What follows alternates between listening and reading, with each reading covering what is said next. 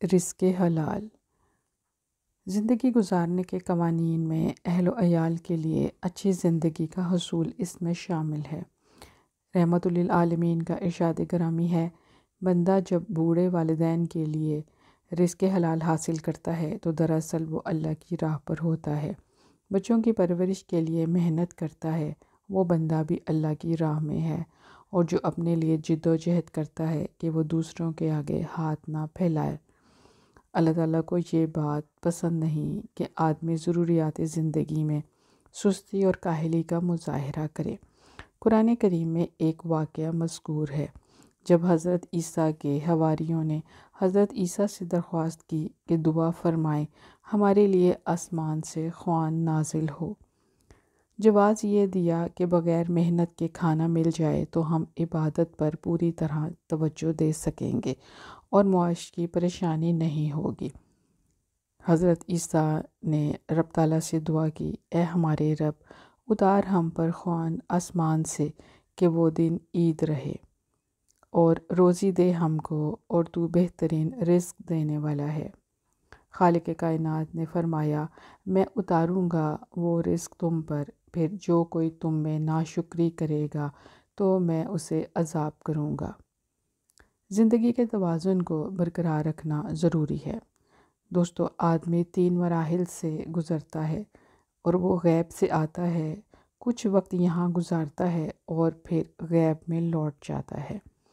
کامیاب شخص وہ ہے جس کے ظاہر اور غیب میں توازن ہو۔ صرف ایک دنیا کی طرف توجہ رہنے سے نہ صرف اس دنیا کے معاملات متاثر ہوتے ہیں، بلکہ جس دنیا میں ہمیں منتقل ہونا ہے وہاں کے معاملات بھی متاثر ہو جاتے ہیں۔ مخلوق کیفیات کا مجموعہ ہے، کسی ایک کیفیت کو طاری کر لینے سے زندگی کا توازن متاثر ہوتا ہے۔ بے اعتدال زندگی اللہ کے نزدیک ناپسندیدہ ہے اور بندہ عرفان الہی سے دور ہو جاتا ہے۔ سوال کیا جا سکتا ہے کہ رزق حلال کا معرفت سے کیا تعلق ہے؟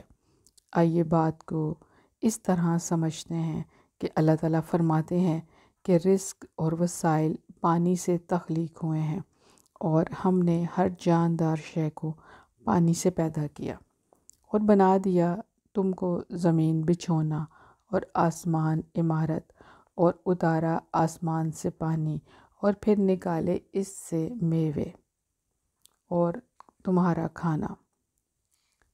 اللہ تعالیٰ چاہتے ہیں کہ نوع آدم خوش رہے، توازن برقرار رکھتے ہوئے وسائل کے لیے کوشش کرے، وسائل کے باطن سے واقف ہو کر اللہ تعالیٰ کا عرفان حاصل کرے، نہ کہ وسائل کو سب کچھ سمجھ کر ان کے انبار لگانے کی تگ و دو میں رہے۔ ہر شخص کو چاہیے کہ کاروباری حیات میں مذہبی قدروں، اخلاقی اور معاشرتی قوانین کا احترام کرتے ہوئے پوری جد و جہد اور کوشش کرے، لیکن نتیجے پر نظر نہ رکھے، نتیجہ اللہ کے اوپر چھوڑ دے، اس لیے کہ آدمی حالات کے ہاتھوں میں کھلونا ہے۔ حالات جس طرح چابی بھر دیتے ہیں، آدمی اس طرح زندگی گزارنے پر مجبور ہے۔ بے شک اللہ قادر مطلق اور ہر چیز پر محیط ہے۔ حالات پر اس کی گرفت ہے، اور وہ جب چاہے اور جس طرح چاہے حالات میں تبدیلی کر سکتا ہے۔ معاش کے حصول میں معاشرتی، اخلاقی اور مذہبی قدروں کا پورا احترام کرنا ہر شخص کے اوپر فرض ہے۔ وسائل کیا ہیں اور اللہ تعالیٰ نے انہیں کس طرح مہیا کیا ہے؟ ارشاد ہوا ہے، اللہ ہے جس نے زمین اور آسمانوں کو پیدا کیا اور آسمان سے پانی برسایا، پھر اس کے ذریعے سے تمہاری رزق رسانی کے لیے طرح طرح کے پھل پیدا کیے، جس نے کشتی کو تمہارے لیے مسخر کیا کہ سمندروں میں اس کے حکم سے چلے، اور دریاؤں کو تمہارے لیے مسخر کیا، اور جس نے سورج اور چاند کو تمہارے لیے مسخر کیا کہ لگاتار چلتے رہے، اور رات اور دن تمہارے لیے پیدا کیے، جس نے وہ سب کچھ تمہیں دیا جو تم نے مانگا۔ قرآن کریم کی اس آیت پر غور و فکر کیجیے، معنی اور مفہوم میں واضح جواب موجود ہے۔